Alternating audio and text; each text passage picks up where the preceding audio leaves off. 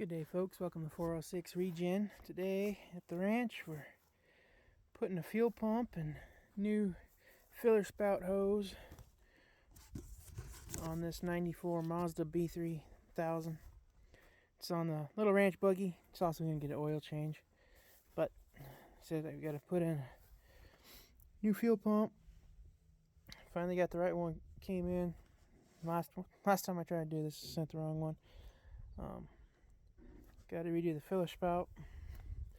Now the beds on these are fairly simple to get off. You got your 6 bolts, one in the front per side, one in the front per side, and then these 4 in the back.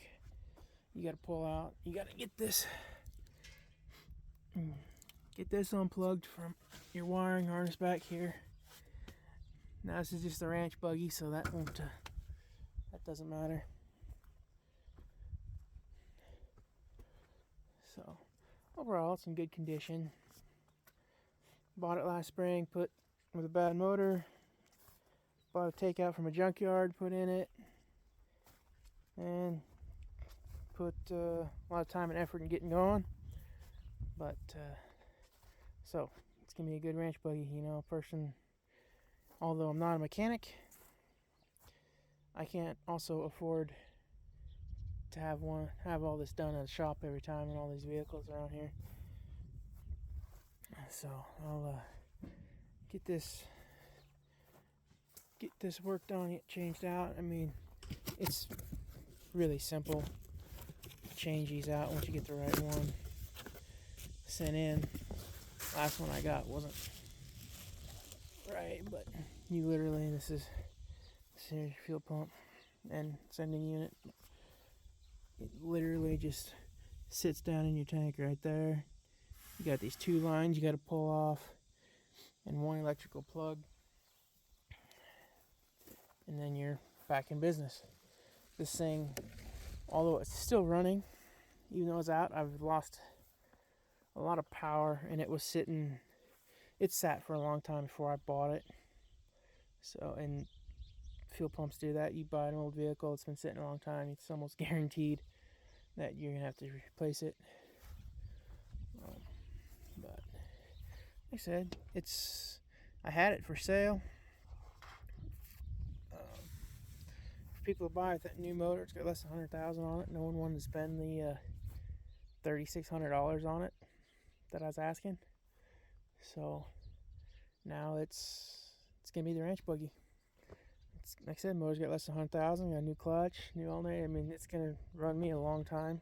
So, and I can't afford a new vehicle. And honestly, with ranching, you don't want new vehicles. You don't know when something might get dented up or wrecked, and all that good stuff out bouncing around the field. This here vehicle is every bit as good as a 4-wheeler on getting stuff done like that. You know, I'll be able to carry all my posts and fence supplies. I even got a topper for my brother's there. Works pretty good to go pick up a ram or 2 just in the back of the truck. So I'll get working on this and I'll get back to you in a bit. Alrighty, folks, I got the fuel pump pulled out. I guess I should explain this ring. It sits down in here. This is what keeps the fuel pump tight against the tank, and you just take a hammer and punch and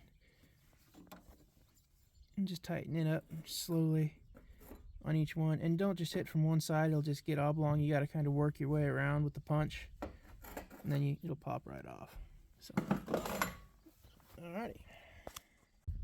alrighty folks, and just like that, back together.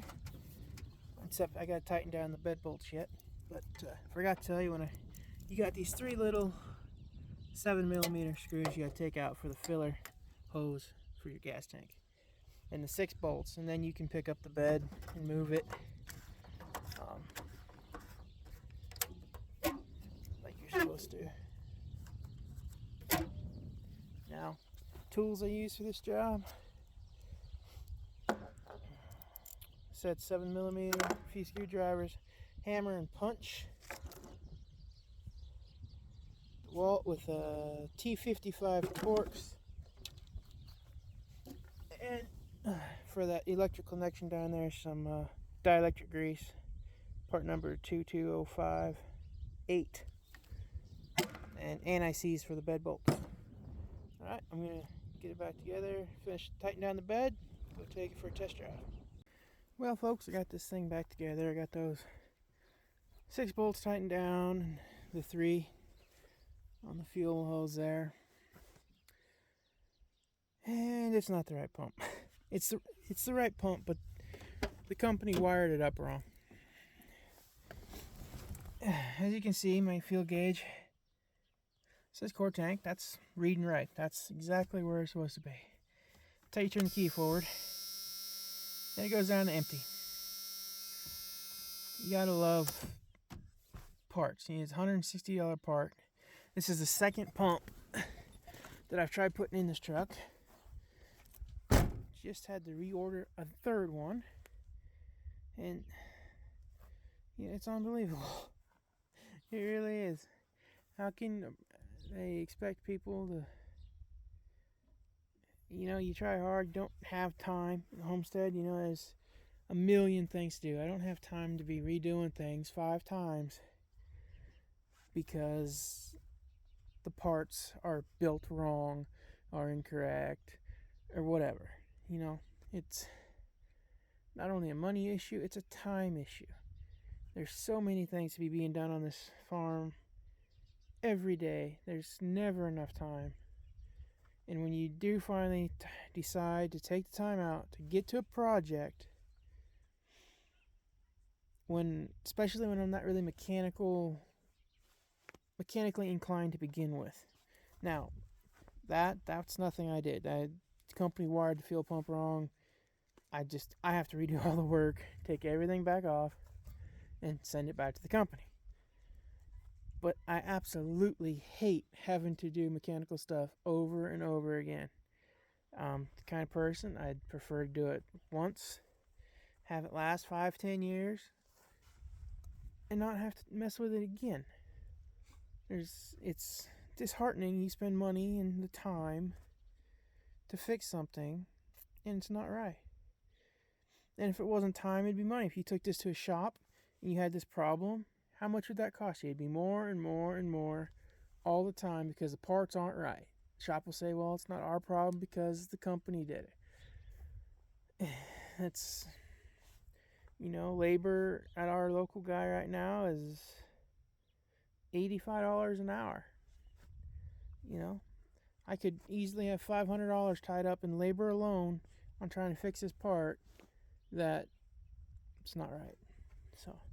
So for today, for now, because it's Friday and I can't get a new one till Monday, it's done working on it and go to a different project. Maybe I'll have better luck with one of those. Alrighty folks, thanks for watching. Have a good one.